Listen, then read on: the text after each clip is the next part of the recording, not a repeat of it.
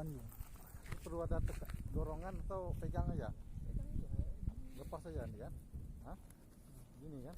Lepas saja. Ya, ke atas sedikit lah. Mana? Nih. Sini.